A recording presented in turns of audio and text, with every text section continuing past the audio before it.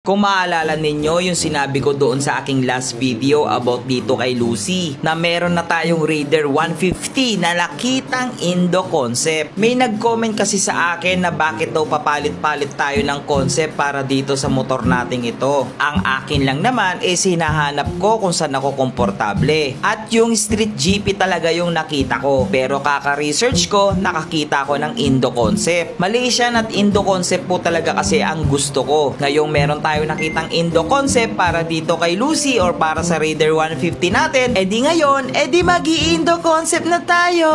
Tsaka sobrang napupuyat na nga ako kakapanood ng mga video sa mga Indonesian dahil ang pupugi po talaga ng mga Raider 150 nila doon. Kaya pinaplano ko talagang gawin si Lucy Indo concept. Kaya tara, samahan nyo ako, meron na naman tayo kakabit na pyesa para mas lalong dumiin etong si Lucy na pang araw-araw natin na Indo concept. So ngayon is bagong galawan na naman kahit gabi.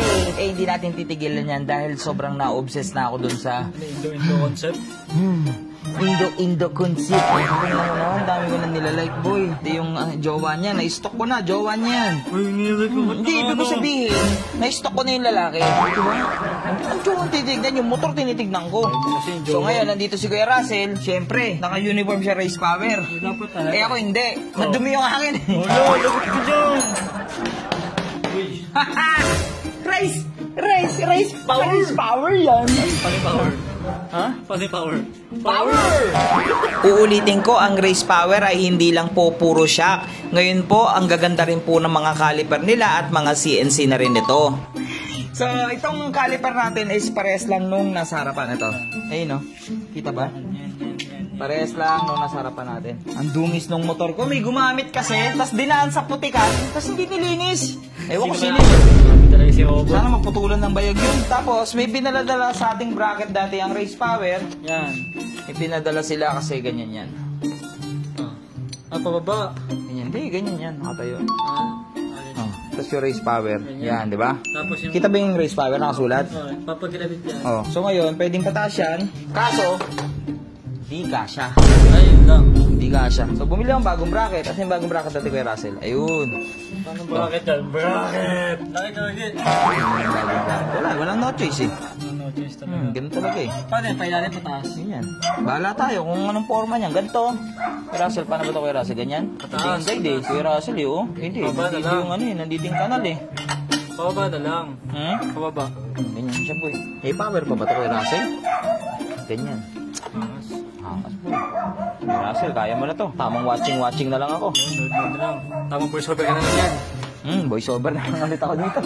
Isa sa pinakamahirap pagdating sa pagmomodification ng ating motor is yung mga tinatawag na mga conversion. Lahat po kasi ng mga aftermarket na pyesa, kung gusto mo itong mailagay ng saktong-sakto or yung tinatawag nilang 0-0 fitment sa ating mga motor, eh kailangan mo po talagang mag-convert. Merong tinatawag na malaking conversion, meron ding maliit, meron ding matindi, at meron ding madali. Minsan nga sa sobrang hirap pa ng conversion, napapapunta ka pa sa machine shop para lang mapulido at maging functional ng maayos dito yung ating mga pyesa. Lalong-lalo na ang brake system. Ay, Diyos ko, ready mo talaga ang isang banig mong biogesic dyan para iwas sumakit ang iyong ulo. Kaya nga sa mga motor show, dito tumatagal yung mga judge sa mga brake system natin dahil dito talaga ang madalas na palyado or hindi magandang modification na ginagawa ng iba. Pero syempre ako gusto ko pulido at maayos, syempre para na rin sa safety namin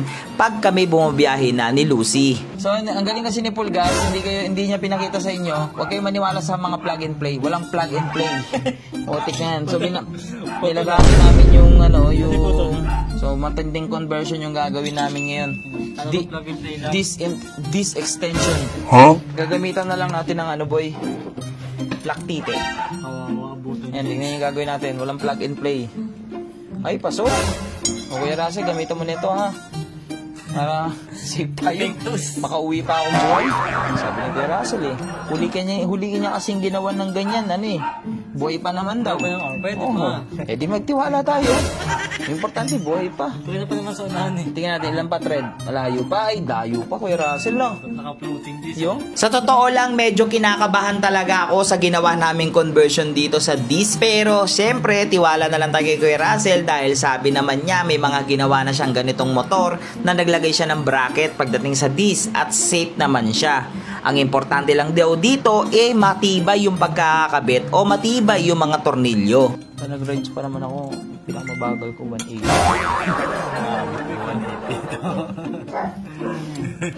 Hamas ka ba? Ha? 180? Hindi, kinakabahan kasi ako eh. Pero sige, magtitiwala tayo kay Kuya Russell. Sabi nga kay Russell, huli niyang ginawang ganyan, buhay pa. Sa mundo ng modification, wag na wag kayong maniniwala sa plug and play. Yan. Legit sales stock lang yan. Aray ko. Yung plug and play yan, Diyos ko po. Tignan mo plug and play, oh. Ipoport pa, oh. Plug and play pala. Tulad ng sabi ko sa intro ng ating video na to, hindi madali yung ikakabit natin dito kay Lucy. Kung papakinggan ninyo in literal mode, rear brake, ang daling pakinggan, no? Parang ang daling-daling gawin, pero hindi. Sobrang maselan po talaga ang mga brake master o yung mga brake calipers. Lalong-lalo na kung modification yung bracket mo, ay talagang sasakit ang ulo mo, lalong-lalo na sa mga spacer, para lang mahuli mo yung tinatawag na 0-0 fitment. Pag hindi mo kasi nakuha yung tamang pwesto, yung tamang sukat nito, dun ka mawawalan ng tinatawag na free wheel. Nakukuha ang free wheel sa mga sukat na spacer at mga bracket. Kaya uulitin ko, totoo po yung sinasabi ng iba. Huwag po kayong maniniwala sa sinasabi nilang plug and play. Dahil talagang, meron talagang sakit ng ulo, pero ang importante, kaya namang buuin. Boy, alam ko tapos na. Tapos na eh. Hindi talaga totoo ang plug and play. May bawas pa rin tayong gagawin. Pero mga parang 2mm. Alam mo, nung una minamaliit ko to itong caliper. Alam mo bang na ngayon, tingnan mo. Kasi siya ano. Ilang oras na rin ang lumipas sa amin pero nandito pa rin kami at sinusukat pa rin namin kung saan nga ba kami nagkakamali at bakit hindi namin makuha yung pinaka-eksaktong pwesto ng caliper, or in short, wala kaming free wheel na tinatawag. Kaya kayong mahilig sa motor show, gusto nyo mag-motor show? Pag bibili kayo ng pyesa, pag sinabihan kayo ng seller na plug and play yan, plug and play naman talaga. So hingi kayo ng mga dalawang banig ng Bijesic para hindi sumakit yung ulo nyo.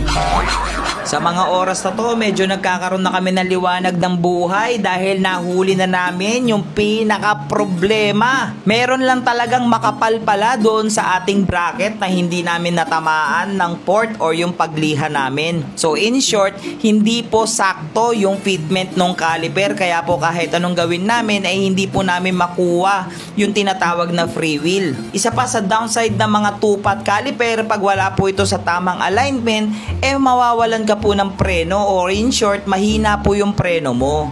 Yun. Next step. Ang next step natin. Hindi pa rin pala tapos. Ang next step. Plug and play. Ang buhay, ano. Haro! Kala ko tapos na kami. May problema pa rin. Talagang ayaw pa rin makuha nung tamang sukat o ng tamang alignment ng ating tupat. Please naman, makisama ka na dahil anong oras na, ginagabi na kami para lang sa'yo. Please naman, Lucy. De, biro lang mga ka-Lucifer, pero sa mga oras na to, masakit na talaga ang ulo namin. Kakaisip kung bakit at kung paano namin mapipix ang problema namin. Plug and play, boy. Preno lang ginawa natin. Nag-umpisa tayo, 6:30. Yung oras. Plug and play, guys. Plug and play. Finally, salamat sa Diyos at natapos na namin at nakuha na yung problema at na-fix na po yung problema. Talagang walang makakatakas pag pinagtiyagaan mo. Sabi nga nila, pag may pangarap ka, pagsikapan mo. Dahil pag tumigil ka, tuldok na lang yan o kwento na lang yan. Balik tayo dito at tapos na nga. Sobrang sobra talagang saya namin dito. Para kami nalipasan ng gutom, de biro lang. Para kami natanggalan ng tinik. Okay, ganun yung nangyari sa amin dito at sobrang minamadali na namin dahil meron ng preno at maayos na po dito yung kabit ng ating mga bracket. Hanip ng preno sa likod dyan. Plug and play. Plug and play, boy. May Russell, oh. Grabe. Walang kahirap-hirap. Basic lang, no? Basic. Basic na basic. So, update lang. Okay? Race power. Pag hindi. Plug and play. Tapos ito, racing boy na yung ano natin. Tank. Racing boy to. Ayun yung... Dating nakakabit dyan. Nakakabit talaga dyan. So ngayon, para makita nyo naman yung bagong braking system ni... Ba't di ka masaya? Naantok na ako po, pagod na ako. Ano? Tawag dito. Pakitaan mo muna ng montage.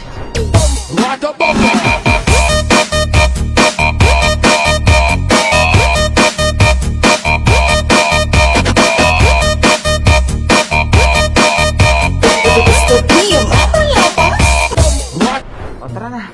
Ligpitan na to, tapos papusuan na lang ako guys. Kung dapat ko ba itong tanggalin? Gusto nyo ba underneath? Wala ng fender. Tapos shifter. Yan. Wala natin shifter. Shifter talaga.